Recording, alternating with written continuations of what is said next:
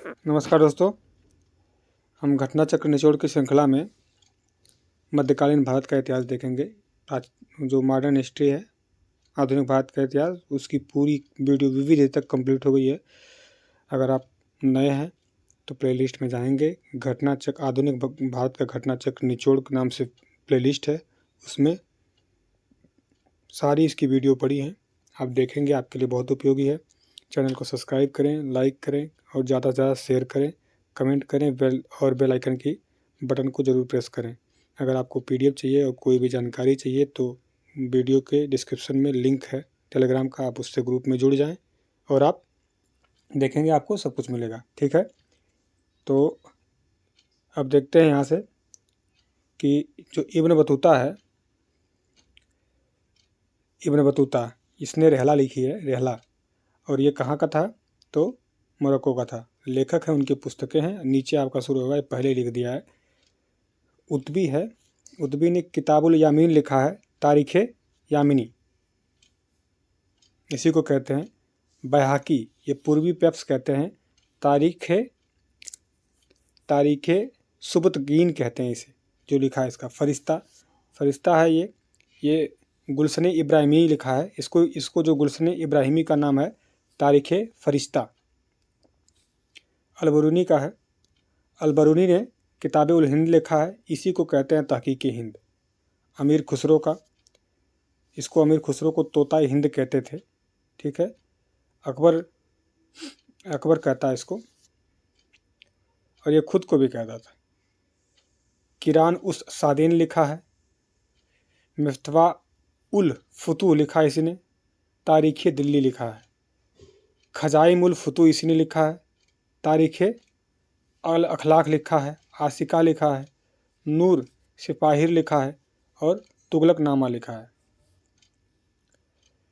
फिर देखते हैं, ये आपका मिन्हास उस सिराज और निजामुद्दीन अहमद, इन्होंने तबकाते नासिरी लिखी है। तारीख़ फिरोज शाही और जियाउद्दीन बर्नी ने लिखा है, और अफ़ीक ने। हसन निजामी ताजुल मासीर आपका देखते हैं। तो तारीख़ मुबारक शाही, ये सैयद जो लिखा है, ये याहिया बिन अहमद सरहिंदी। ठीक है, फिर ख्वाजा अबू मलिक ईसानी, ये फुतूह उल सलातीन लिखा है।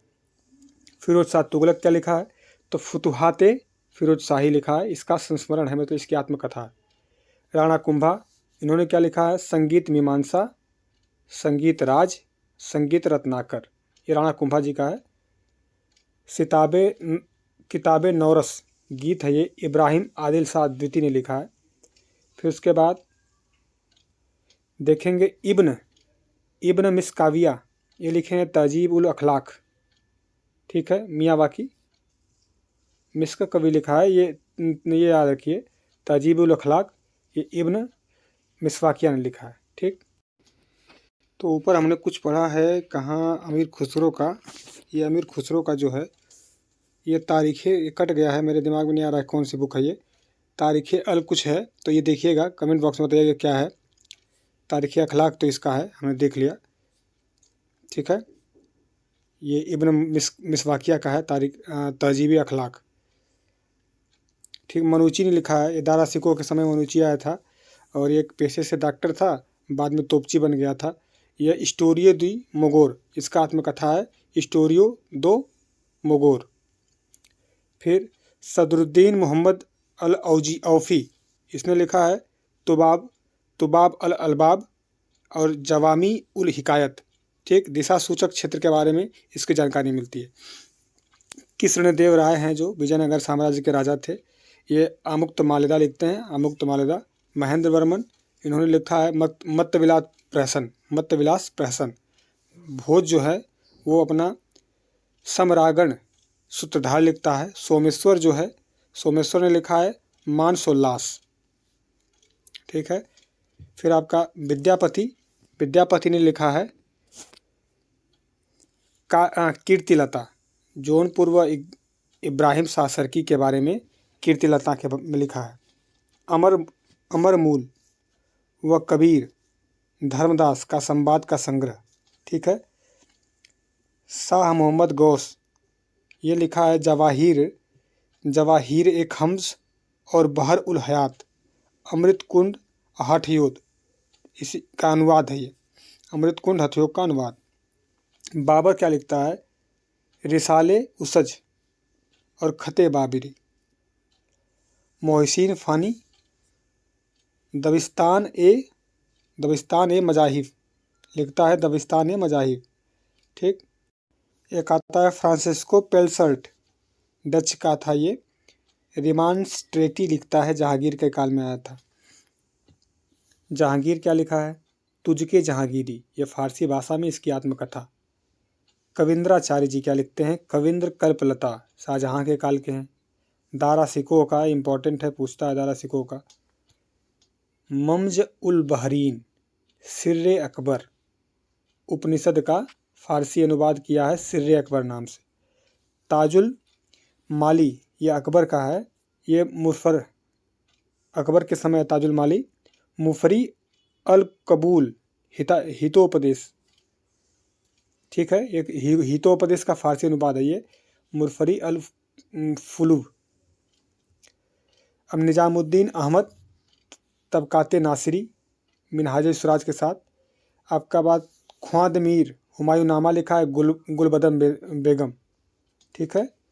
उसके बाद मिर्ज़ा मोहम्मद काजिम, इन्होंने लिखा है आलमगीर नामा। इनायत खान ने लिखा है शाहजहां नामा। फिर आपका जो ये लिखा था हुमायूं नामा, जो गुलबदन बेगम लिखा है, इन्होंने भी हुमायूं नामा लिखा है। और ख्वांद मीर में भी हुमायूं नामा लिखा है, इसीलिए गुलबदन बेगम लिखा है इधर, ठीक है। मुतमद खान, इकबाल जहांगीरी। अब्बास खान शेरवानी, इन्होंने लिखा है तारीख़ शेरशाही।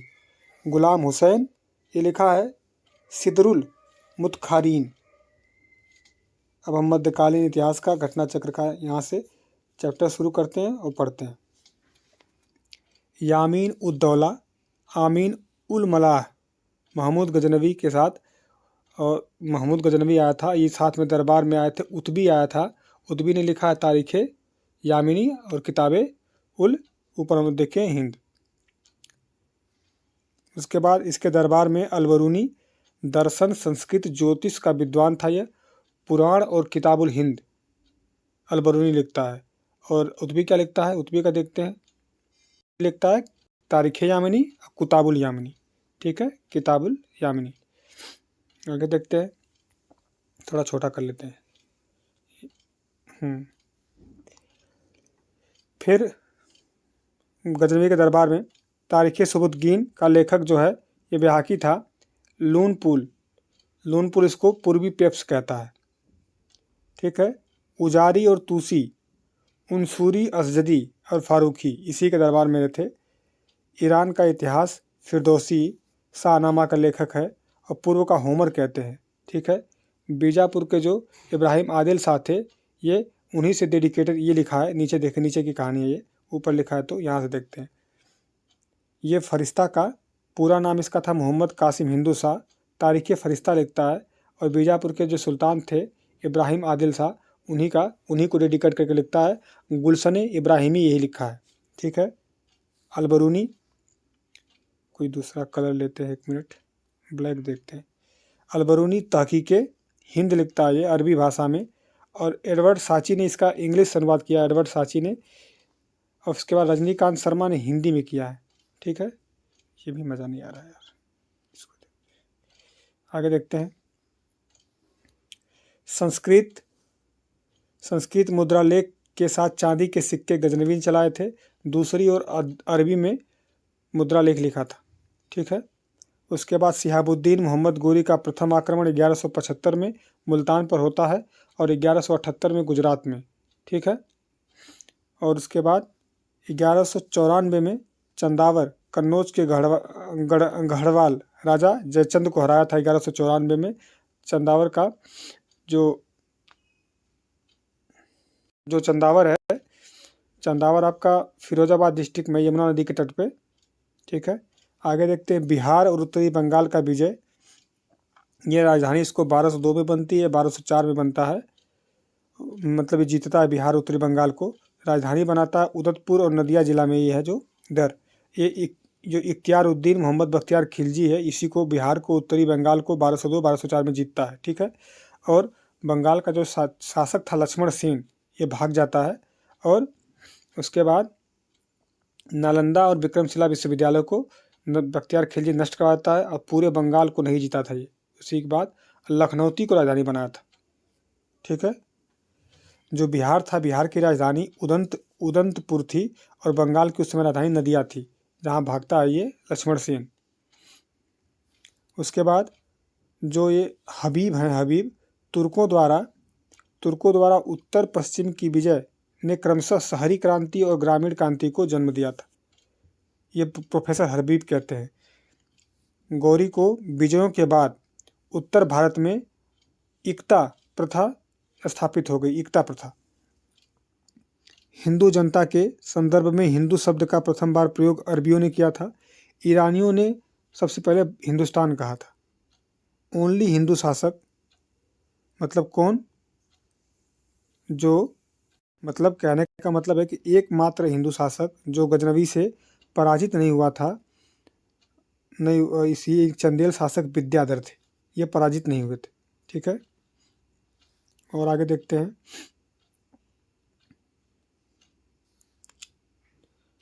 इसके बाद है कि अलबरूनी संस्कृत त्रिकोणमिति का ज्ञाता था और यह धर्मनिरपेक्ष लेखक नहीं था, ठीक है, क्योंकि ये अपने धर्म की बहुत बड़ाई किया है। कन्नौज का शासक राज्यपाल था, ये किल्ड कर दिया। फिर गजनवी का सोमनाथ पर आक्रमण 1126 में होता है भीमदेव प्रथम के। फिर इसने पुनर्निर्माण कराया था। जब आक्रमण करता है 1126 में, तो भीमदेव प्रथम इसका दोबारा निर्माण करवाता है सोमनाथ मंदिर का। फिर मोहम्मद गोरी जब लास्ट में मूल राजद्वितीय भीम सेकेंड आता रहता है, आक्रमण करने आता है 1178 में, तो उठा के खूब पीटता है। तैमूर का भारत पर आक्रमण 1398 में होता है। मोहम्मद गोरी का प्रथम इक्ता दिया था किसको? तो आपको कुतुबुद्दीन ऐबक को, ठीक है। ये क्वेश्चन पूछा था जब चंगेज खां जो मांगबरनी वो भाग के आया था इल्तुतमिश के दरबार में, तो इल्तुतमिश में मकबरनी को शरण नहीं दिया था। यही क्वेश्चन ये लिखा था, तो ये किनारे लिखा है। दिल्ली सल्तनत गुलाम वंश और मामलुक वंश कहते हैं, इसको देखते हैं। मामलुक वंश, कुतुबुद्दीन ऐबक का कार्यकाल 1206 से 1210, इसे कुरान खान कहते हैं। गोरी ने आमीर आखूर का इसको उपाधि दी थी। लाहौर में राजधानी बनाता है। मलिक सिपह सालार सुल्तान, ये मलिक सिपह सालार की उपाधि धारण किया था, सुल्तान की उपाधि धारण नहीं किया ये, ठीक है। उसके बाद गोरी के उत्तराधिकारी गियासुद्दीन मोहम्मद, गोरी का जो उत्तराधिकारी गियासुद्दीन महमूद से 1208 में ऐबक की दास्ता से मुक्ति मिली थी।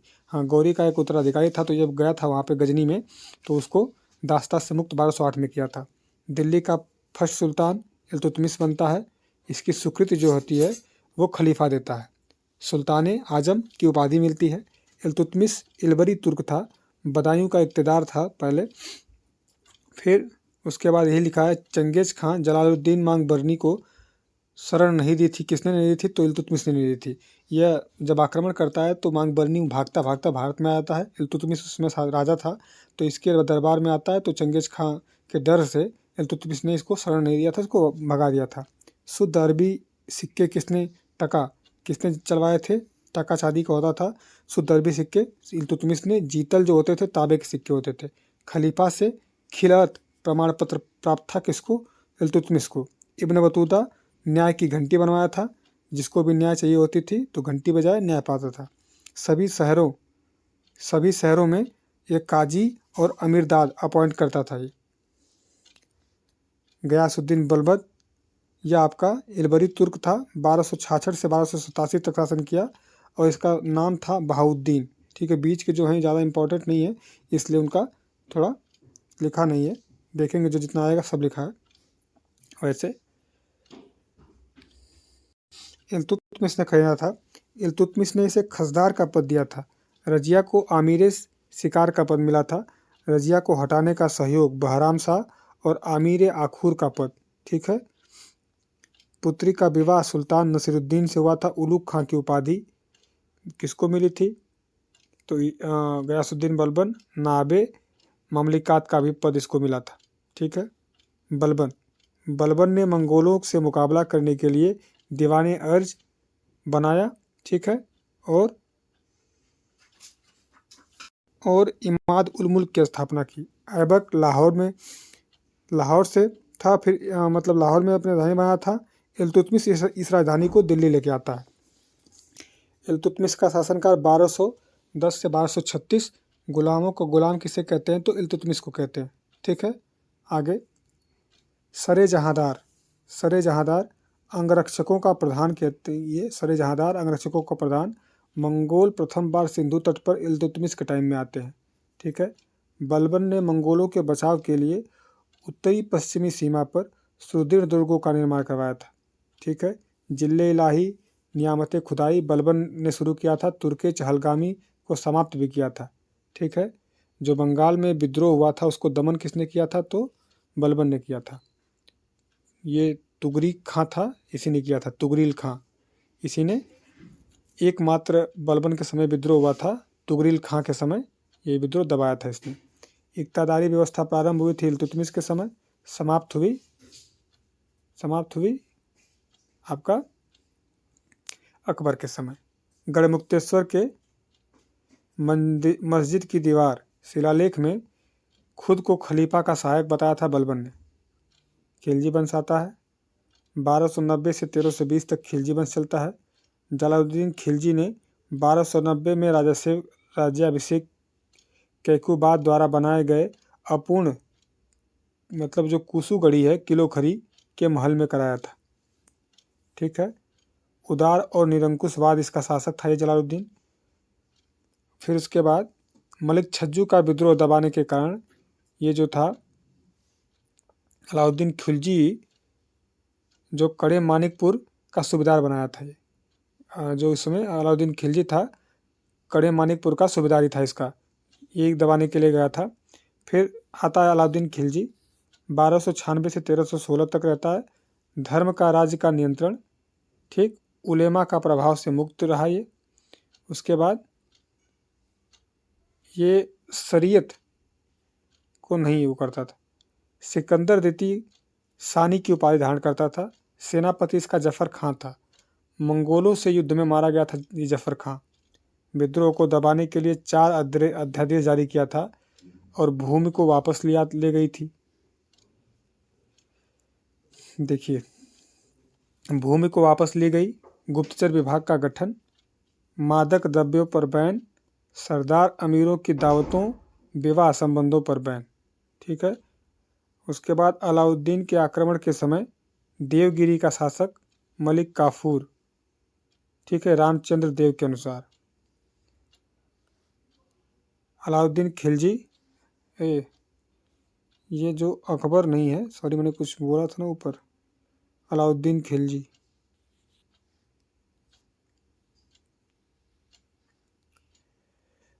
खिलजी ने रामचंद्र को राय नारायण की उपाधि दी थी। ठीक है। रामचंद्र शंकर देव के खिलाफ अभियान चलाए थे रामचंद्र। ठीक है। और आगे देखते हैं। अब ये रामचंद्र थे, आप पढ़ते होंगे, तो रामचंद्र के बारे में बताइएगा कमेंट बॉक्स में कौन थे। फिर मलिक काफूर जो था, मलिक काफूर 1000 दिनारी था। यह जो अलाउद्दीन खिलजी को गुजरात विजय के दौरान ये मलिक काफूर मिला था। और जो अलाउद्दीन खिलजी था भूमि की पैमाने से लगान 50%, दीवानी मुक्त खराज का स्थापना किया था। परंपरागत जो था ये आपका रामचंद्र देव के बारे में बता देते हैं, नहीं तो आप खोजेंगे। बात ये थी कि रामचंद्र जब ये 1307 में अलाउद्दीन खिलजी मलिक काफूर के नेतृत्व में सेना देवगिरी आक्रमण पर भेजा तो रामचंद्र यहाँ के राजा थे। रामचंद्र देव युद्ध में पराजित होते हैं और आत्मसमर्पण कर देते हैं। अलाउद्दीन खिलजी ने रामचंद्र के प्रति सम्मानपूर्वक व्यवहार किया और वहीं पे इनको राय रायन की उपाधि दी थी। 6 माह के पश्चात 1 लाख सोने का टका और नौसारी जिला देकर इन्हें राज्य वापस कर दिया था। ठीक है। और जो 1312 में ये लिखा शंकर के पुत्र ना, 1312 में मलिक काफूर ने रामचंद्र के पुत्र शंकर देव के विरुद्ध भी अभियान का नेतृत्व किया था। मलिक काफूर को अलाउद्दीन ने गुजरात विजय के दौरान पाया था। इसे 1000 दिनारी भी कहा जाता था। ठीक है। और अलाउद्दीन खिलजी के बारे में ये कहाँ पढ़े थे हम लोग कि इसने दीवाने मुक्त खराज की स्थापना की थी और परंपरागत लगान जो अधिकारी थे खुद कहते थे मुकदम और चौधरी से लगान वसूलने का जो अधिकार छीन लेता है ये। ठीक है। उसके बाद ये चौधरी खुद और जमींदार मुकदम से ये अधिकार छीन लेता है। ठीक है। सारे विशेषाधिकार समाप्त कर देता है। ठीक। और उनकी भूमि पर से कर जो लिया जाने लगा और बाकी अन्य सभी भी जो थे जिनका मतलब और जो अधिकारी थे सबसे कर लेने लगा था, जिसके कारण ये जो खुद तो जमींदार को कहते थे, अब बलाहार किसानों को कहते थे। इनमें कोई अंतर नहीं रह गया था। पहले खुद जमींदारों और बलाहार किसानों में अंतर था। ठीक है। आगे देखते हैं।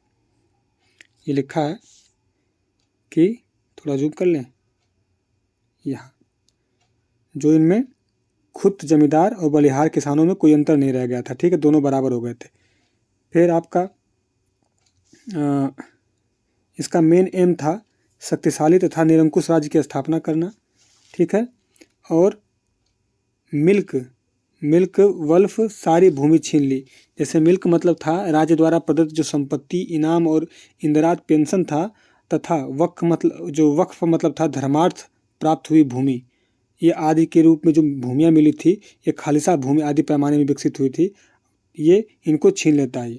ठीक है। ये खालसा भूमि थी, इनको छीन लेता है। उपज पर 50% भूमि कर खराज लगाता है, इसके रूप में निश्चित करता है।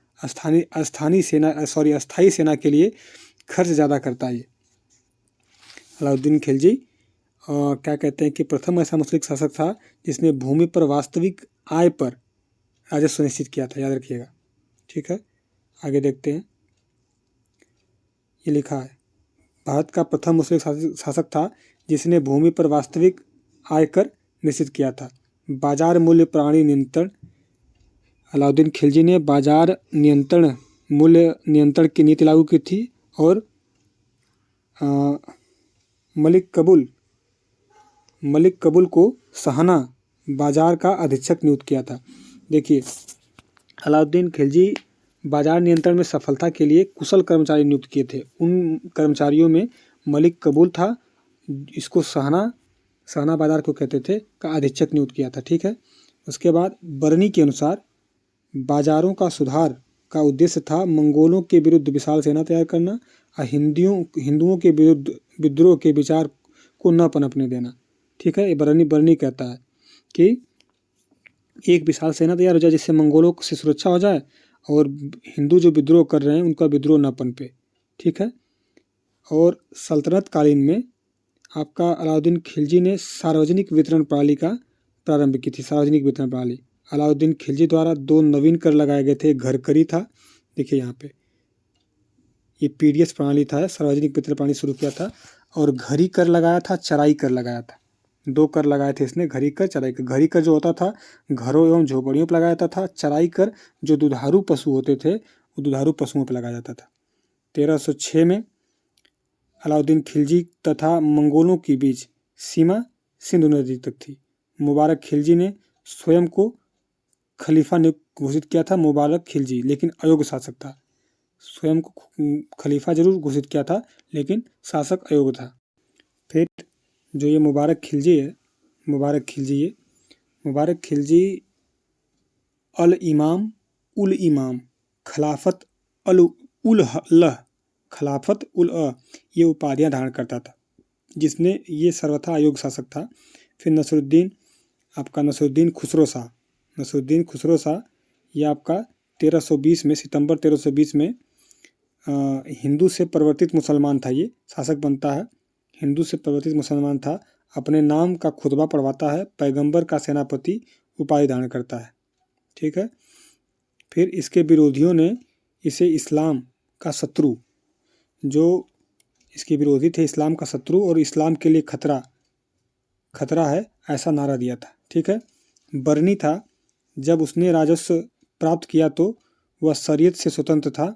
ये अकबर बार बार नाम अलाउद्दीन खिलजी का समय था। फिर अगला है कि राजस्व के विषय में बलबन का विचार पुनः जीवित किया गया था। राजा की सार्वभौमिकता, खलीफा से अपने पद की मानता नहीं लिया था। किसने नहीं लिया था? तो इसने नहीं लिया। आगे देखते हैं। अरे इसने, बलबन ने नहीं लिया था, खुद को उसका सहायक कहता था। नया धर्म विश्व विजय का सपना अलाउद्दीन खिलजी देखता है। फिर इसका जो अलाउद्दीन खिलजी का इसका एक मित्र था अजाउल मुल्क के सलाह पर ये अपना विचार त्याग देता है। फिर आपका जो मलिक मोहम्मद जायसी की पद्मावत से प्रेरित है, अमीर खुसरो ने अपने ग्रंथ सुलेमान रानी सैबा का प्रेम प्रसंग लिखा है। पद्मावती चित्तौड़ की रानी थी, राणा रतन सिंह की पत्नी थी। अलाउद्दीन खिलजी का जो दक्षिण अभियान था उसका उद्देश्य था कि धन और विजय की लालसा, आंतरिक नीति में हस्तक्षेप नहीं, कब्जे में नहीं करना चाहता था। ठीक है। रणथंभौर जब आक्रमण किया तो हमीर देव और गुजरात में कर्ण सिंह था शासक। ठीक है। अब देखते हैं कुछ छोड़ छाड़ के। एमबीटी ये मोहम्मद बिन तुगलक ने केवल दोआब में कर बढ़ाकर 50% किया था। किसानों के विद्रोह पर ही वापस ले लिया। अलाउद्दीन खिलजी लगान व्यवस्था दिल्ली और उसके आसपास के क्षेत्रों में पूरे साम्राज्य में नहीं किया था। 50% का लगान जो था अस्थाई सेना प्लस नगद वेतन। अलाउद्दीन खिलजी का बाजार नियंत्रण प्रणाली ये सक्सेसफुल था एकदम। अलाउद्दीन खिलजी का दक्षिण अभियान के समय तेलंगाना में काकतीय वंश का शासक प्रतापरुद्र द्वितीय था। इसकी राजधानी वारंगल थी। तुगलक वंश देखते हैं। 1320 से 1314 तक चलता तुगलक वंश। ठीक। गयासुद्दीन तुगलक जो था, इसे गाजी मलिक तुगलक वंश का प्रथम शासक था और उसने तुगलक वंश की स्थापना की थी। उसकी माता हिंदू जाट थी। ठीक है। और इसके पिता जो थे करौना तुर्क थे। उसके बलबन का दास गयासुद्दीन तुगलक जो था खिलजी के शासनकाल में महत्वपूर्ण अभियानों में अध्यक्ष था और दीपालपुर का राज्यपाल के नियुक्त किया गया था। ठीक है। इनके इसमें सेनापति था। माता इसकी हिंदू जाट थी और अलाउद्दीन खिलजी के समय दीपालपुर का राज्यपाल था। ठीक है। 29 बार मंगोलों से युद्ध हुआ था। खदेड़ने के कारण मलिक उल गाजी के नाम से प्रसिद्ध था। ये खुसरो शाह को समाप्त करके दिल्ली से सिंहासन पर अधिकार किया। गाजी बेग या गाजी तुगलक की उपाधि धारण की। भूमि कर 1/5 से 1/3 करता है और नस्ल बटाई प्रणाली गयासुद्दीन तुगलक के समय प्रचलित थी। ठीक। बरनी के अनुसार गयासुद्दीन तुगलक ने न्याय से भेड़ियों को भी इस बात का साहस नहीं है कि वह भेड़ और देखें।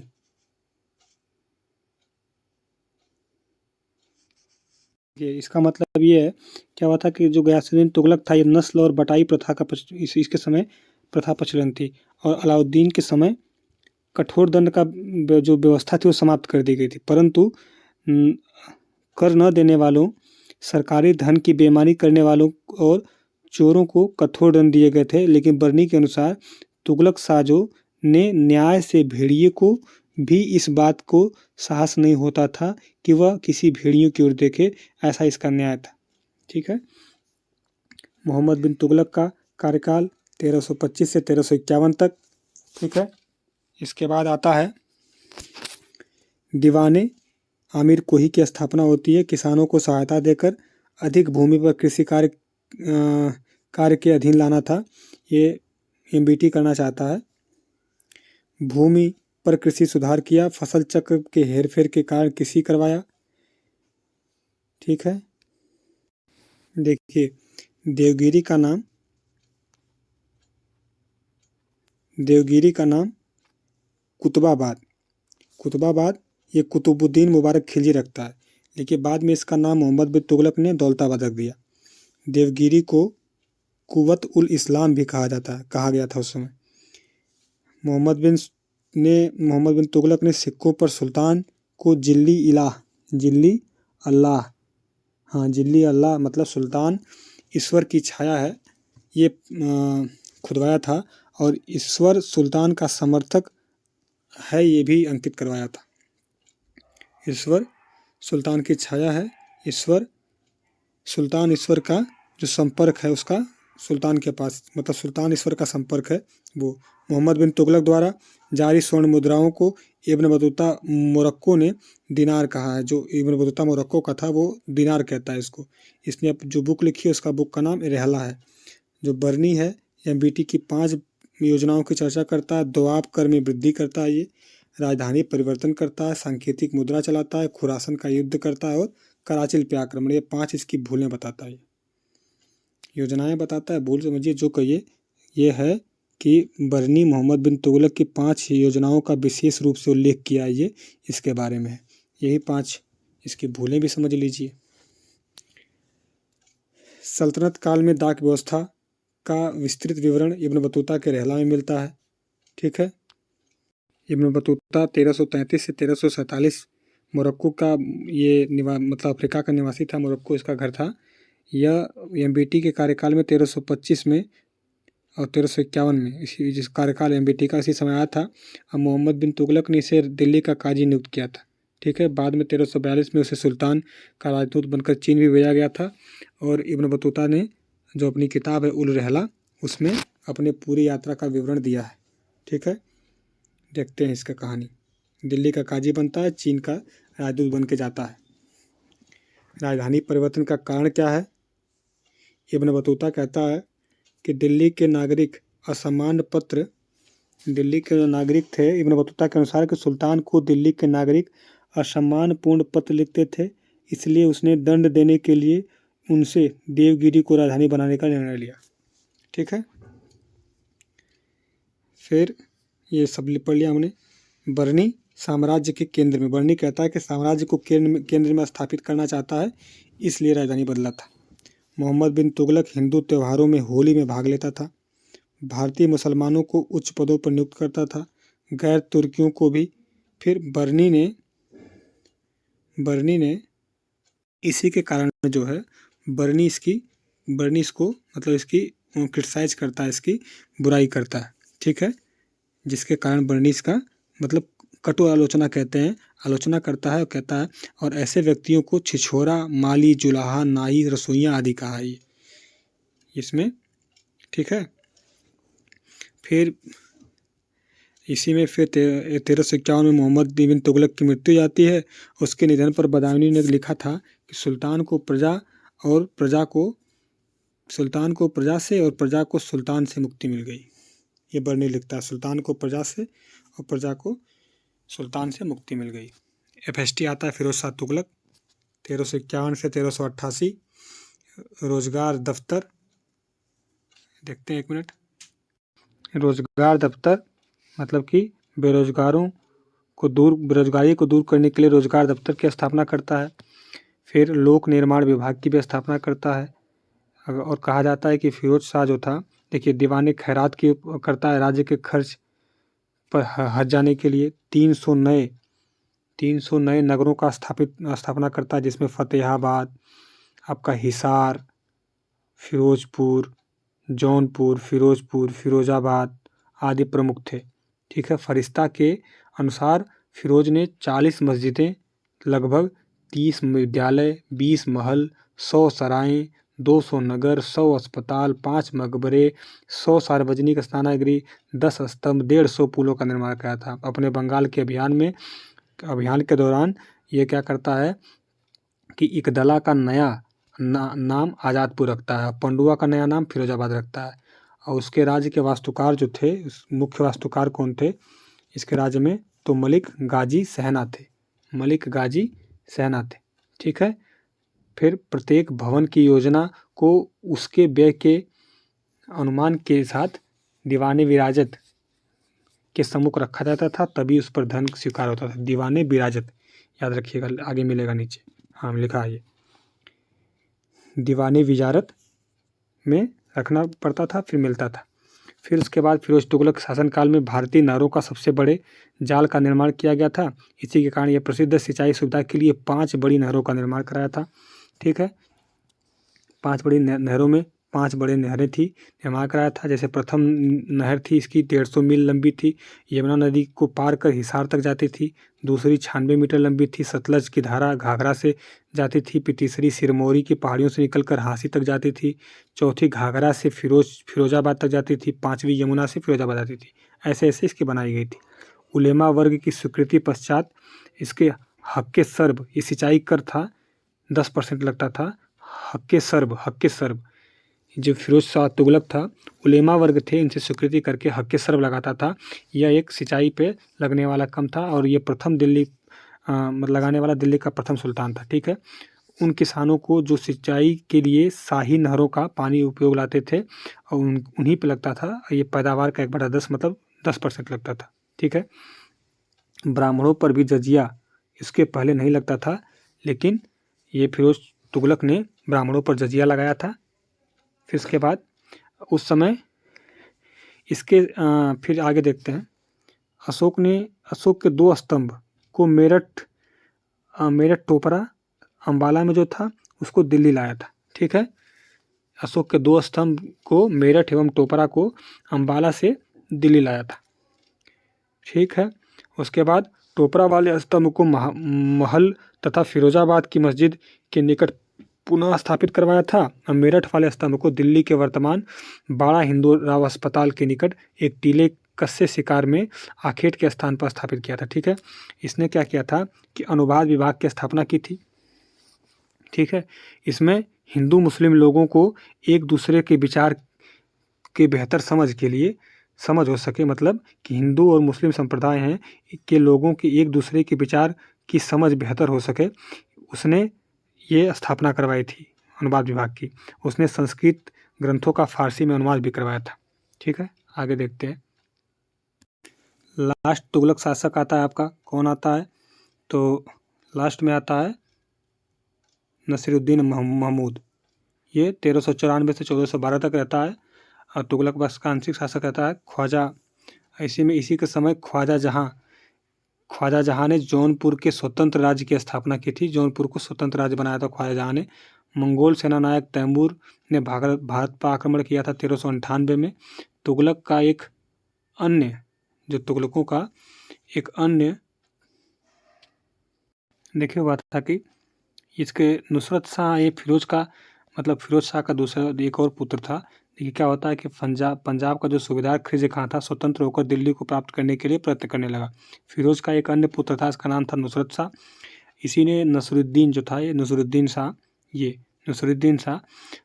शाह को चुनौती देता है, लेकिन फलस्वरूप तुगलक वंश 2 भागों में विभाजित हो जाता है। दोनों शासक जो थे ने एक ही साथ दिल्ली के छोटे से राज्य का शासन किया था। नसरुद्दीन शाह जो दिल्ली में रहा था और नुसरत शाह जो था फिरोजाबाद में रहा था। नसरुद्दीन मोहम्मद शाह के शासनकाल को मध्य एशिया के महान जो मंगोल सेनानायक तैमूर था आक्रमण किया था। देखिए हम लोग, तैमूर ने आक्रमण किया था। ये जो दिल्ली के पास पालम तक फैला हुआ था। अब आगे देखते हैं। 1413 में दौलत खां को खिज़र खां ने पराजित कर सैयद वंश की स्थापना की। खिज़र खां जो तैमूर का सूबेदार था। नहर निर्माण वाला पहला शासक आपका ये जीटी था, गयासुद्दीन तुगलक। फिर उसके बाद मुकद्दम खुतो का अधिकार, ये बटाई था जो हम लोग देखें ऊपर, खुतो और बटाई। गुलाम वंश का शासनकाल 1206 से 1290 84 साल तक था। फिर खिलजी वंश का 30 साल था। तुगलक का आपका 94 साल था 1320 से 1414 तक। सैयद वंश का 1414 से 1450 36 साल का। लोदी का आपका 1450 से 1526 मतलब 76 का। सबसे ज़्यादा किसका कार्यकाल? तुगलक वंश का। सबसे कम खिलजी। सांकेतिक मुद्रा FST से पहले ईरान में, लेकिन ये फेल्ड हुआ था। चीन में कुबलई खां सक्सेसफुल हुआ था। ये कुबलई खां चलाता है। MBT ने टोकन मुद्रा चलाई थी सांकेतिक, क्योंकि सैन्य शक्तियों में वृद्धि के लिए चांदी की कमी हो गई थी। ठीक है, आगे देखते हैं। यट्टा में अब ये एमबीटी की मृत्यु तागी द्वारा गुजरात में विद्रोह होता है, एमबीटी गया तो सिंध भाग गया था वो, ठीक है। यट्टा में बीमार होकर इसका मृत्यु हो जाता है एमबीटी का।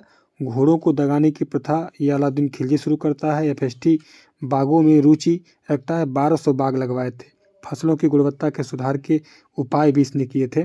शासकों का क्रोनोलॉजी है, देखते हैं।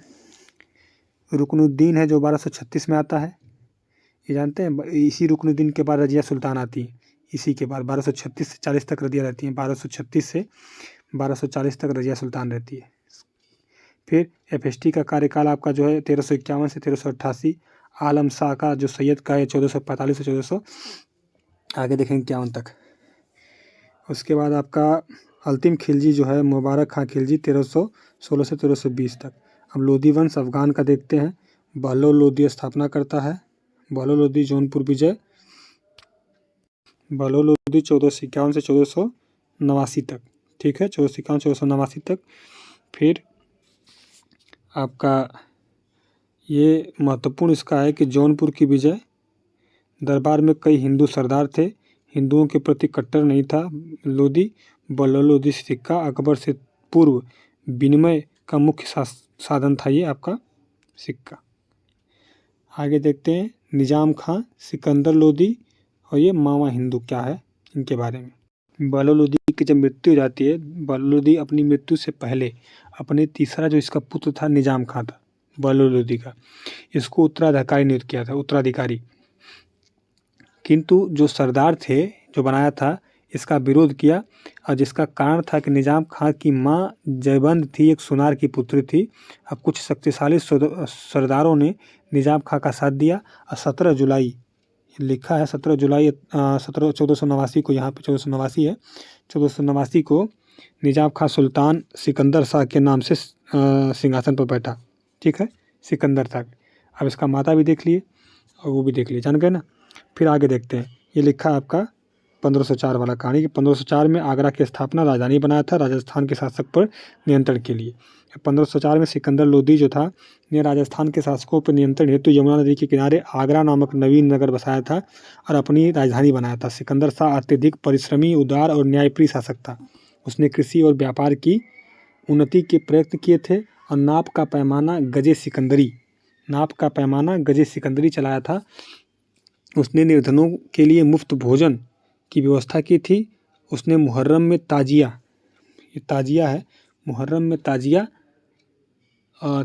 निकालना बंद करा दिया था तथा पीरों और संतों की मज़ारों पर स्त्रियों को जाने को रोक लगा दी। यह पीरों और संतों के मज़ारों पर स्त्रियों को जाना पर रोक लगा दिया था, ठीक है। उसके बाद क्या करता है ये कि इसी के समय योग्य व्यक्तियों की एक सूची बनाकर प्रत्येक 6 माह पर उसके सामने प्रस्तुत की जाती थी। योग्य व्यक्तियों की लिस्ट बनती थी और प्रत्येक 6 माह पे यहाँ प्रस्तुत होती थी, ठीक है। फिर आपका आगे देखते हैं कि 6 माह पे प्रस्तुत होती थी और वह शिक्षित और विद्वान था। जो ये शासक था शिक्षित और विद्वान था और जिसका नाम फरहंगे सिकंदरी रखा है। और उसके समय गायन विद्या के एक श्रेष्ठ ग्रंथ लज्जते सिकंदर शाही, ठीक है, ये देखें, एक आयुर्वेद ग्रंथ था, फारसी अनुवाद कराया था फरहंगे सिकंदरी, ठीक है। इसी के आदेश से आयुर्वेदिक ग्रंथ फारसी में अनुवाद किया गया था, उसी का नाम रखा गया था फरहंगे सिकंदरी, ठीक है। और फिर आगे देखेंगे इसी के समय गायन विद्या का श्रेष्ठ ग्रंथ लज्जते सिकंदर शाही, ठीक, की रचना हुई थी। शहनाई सुनने का शौकीन था और गुलरुखी मतलब कि जो गुलरुखी उपनाम से अपनी कविताएं लिखता था। ये सुल्तान सिकंदर ने अनाज से ज़कात संपत्ति कर समाप्त कर दिया था, ठीक है।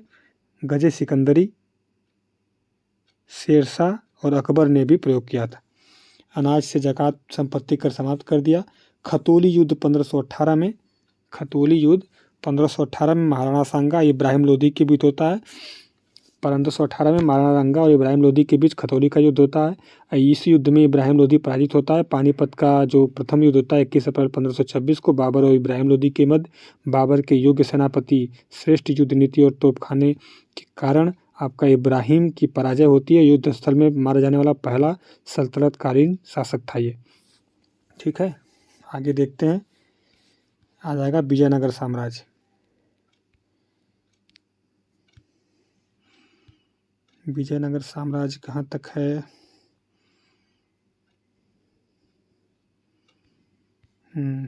देखते हैं। देखिए, विजयनगर साम्राज्य, इसकी स्थापना 1300, विजयनगर साम्राज्य की स्थापना हरिहर बुक्का करते हैं 1336 ईस्वी में।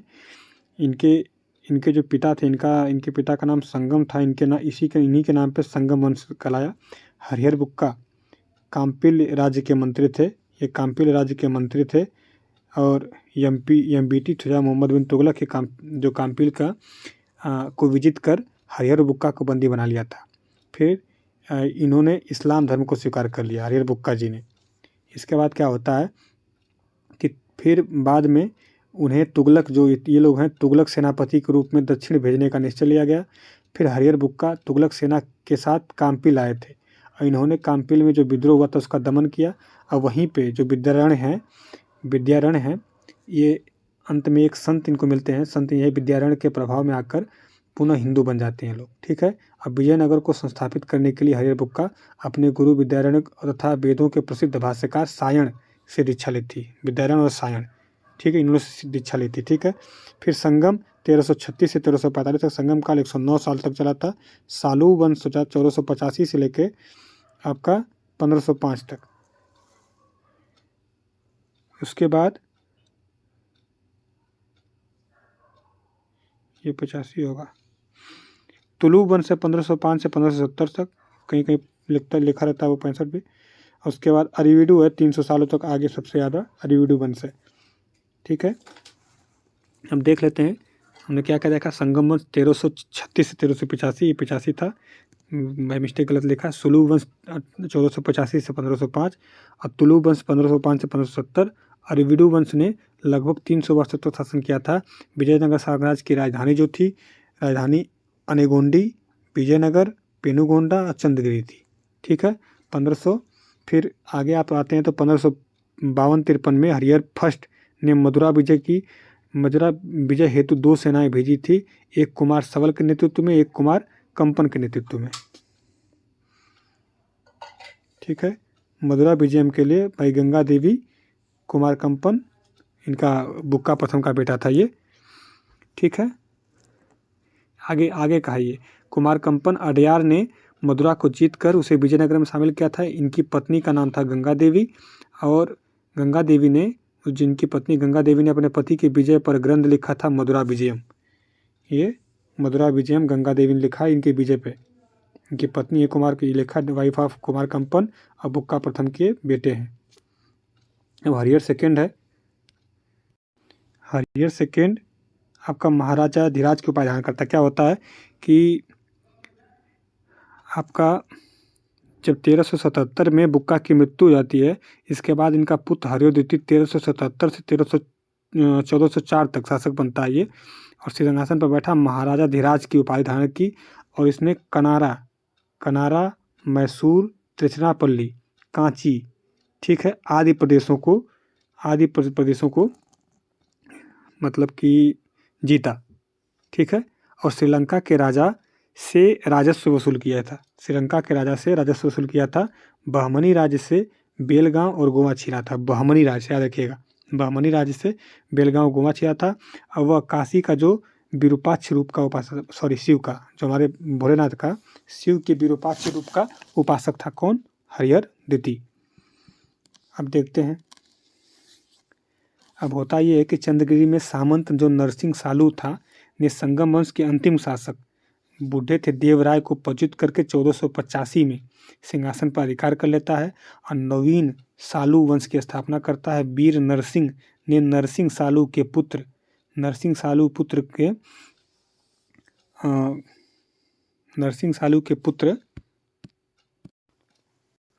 को पदच्युत करके सिंहासन पर बैठा और अधिकार कर लिया। तुलु वंश की नींव डाली थी।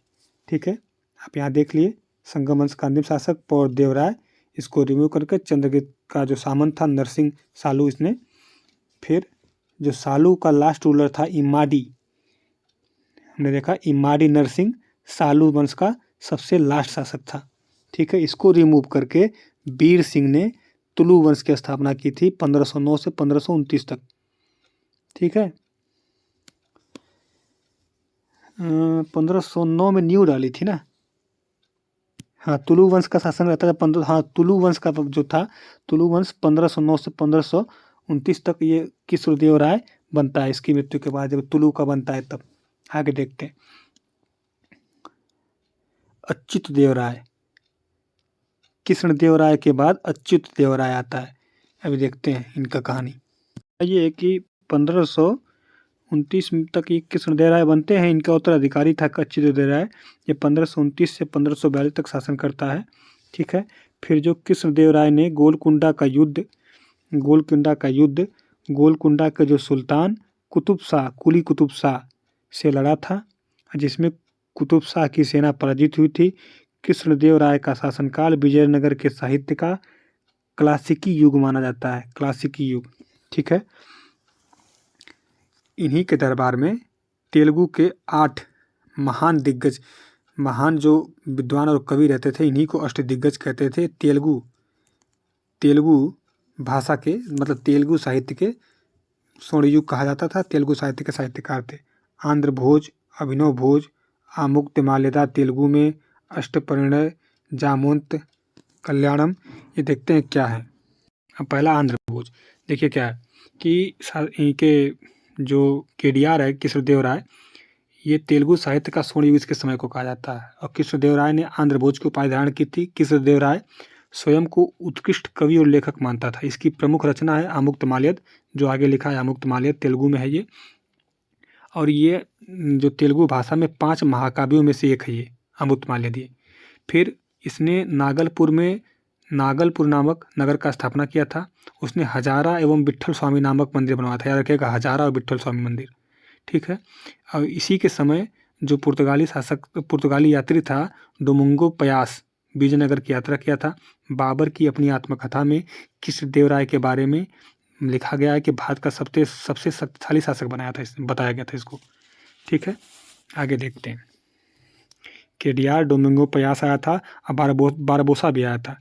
नागलपुर नगर देख लिया लो, हजारा और विट्ठल स्वामी मंदिर बनवाया था। देवराय द्वितीय के समय अब्दुल रज्जाक आया था देवराय द्वितीय के समय। ठीक है, महाभारत अब कैसे याद करेंगे? द्वितीय के समय 2 बार ज आता है, ज तो 2 बार इसको भी याद कर लीजिए। तो अब्दुल रज्जाक आया देवराय द्वितीय के समय, अब्दुल रज्जाक देवराय द्वितीय के समय। महाभारत का तेलुगु अनुवाद कौन किया है?